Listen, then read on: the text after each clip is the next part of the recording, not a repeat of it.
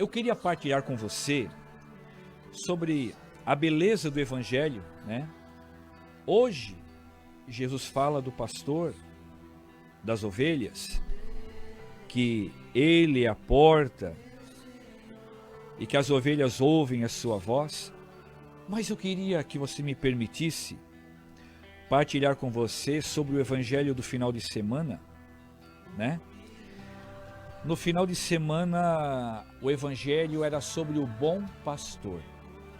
E eu queria partilhar com você sobre isso.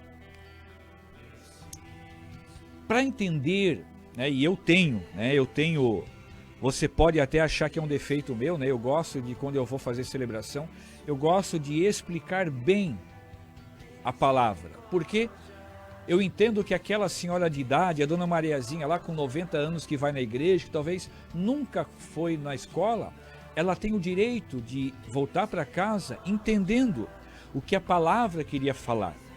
E eu tenho esse jeito de explicar bastante a palavra. E para que a explicação ela seja ungida, a gente precisa estudar, né? Jesus fala ontem no Evangelho, ele dizia que ele era o bom pastor. Se a gente for pegar o texto original, Jesus não vai dizer que ele é o bom pastor, não. Ele vai dizer que ele é o belo pastor. Sim, por quê? Porque naquela época, o pastor de ovelha, ele era tudo menos belo. A região de Israel, uma região castigada por um sol forte, né? Então, a pele dos pastores, porque viviam no sol, era uma pele manchada pelo sol, pela força, uma pele escurecida, bem morena, né? Mas por causa da força do sol. O pastor, ele não era uma pessoa que trocava muito de roupa, não. Ele tinha aquela roupa do trabalho dele, uma roupa grossa, uma roupa grosseira, uma roupa suja, uma roupa que juntava nela, no tecido, o suor.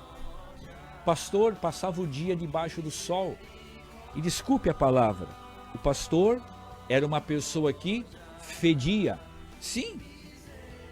E naquela época, diferente de hoje, a água era algo difícil.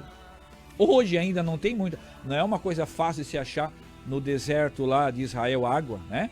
Aqui no Brasil é, mas lá não. Então, o pastor era uma pessoa que, desculpe, ele fedia. Ninguém gostava de chegar perto de um pastor. Mas Jesus, ele disse que ele é o belo pastor. Ele diz que ele é um pastor que as ovelhas gostavam de estar perto.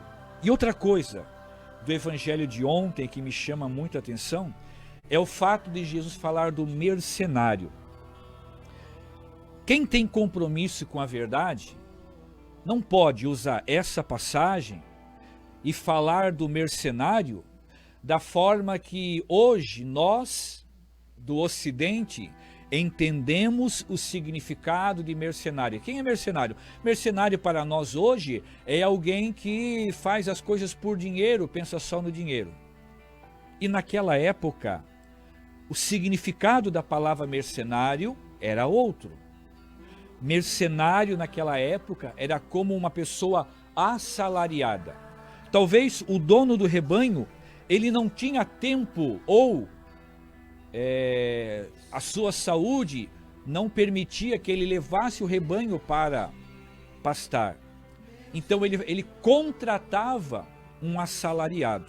Ele pagava um salário para um terceiro fazer o seu trabalho de pastor. Então, esse pastor terceirizado, que era contratado, que fazia um trabalho digno, ele era chamado de mercenário naquela época.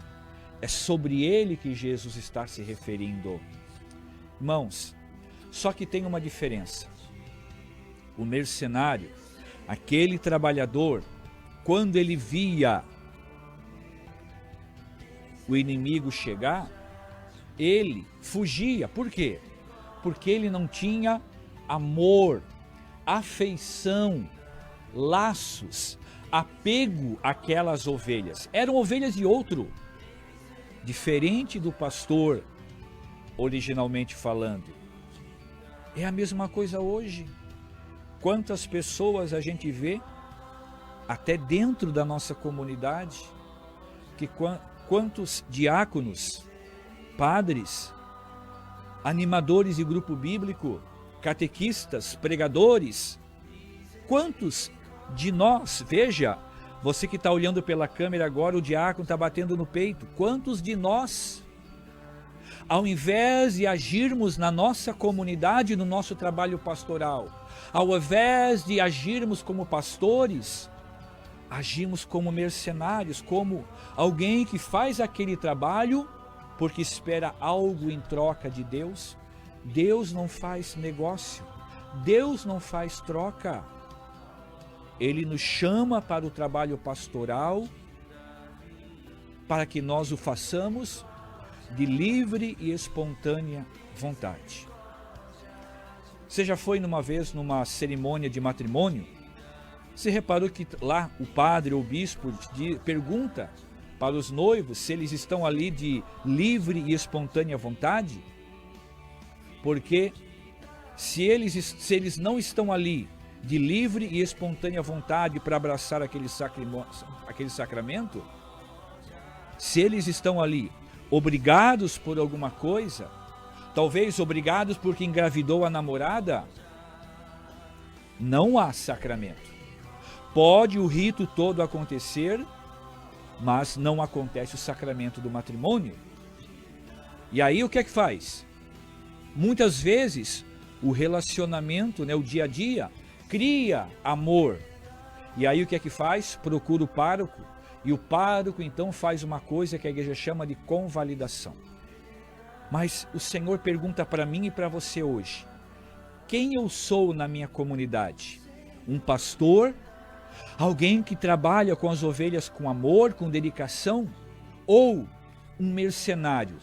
Alguém que faz aquele trabalho na comunidade, mas esperando algo em troca, talvez esperando aplausos,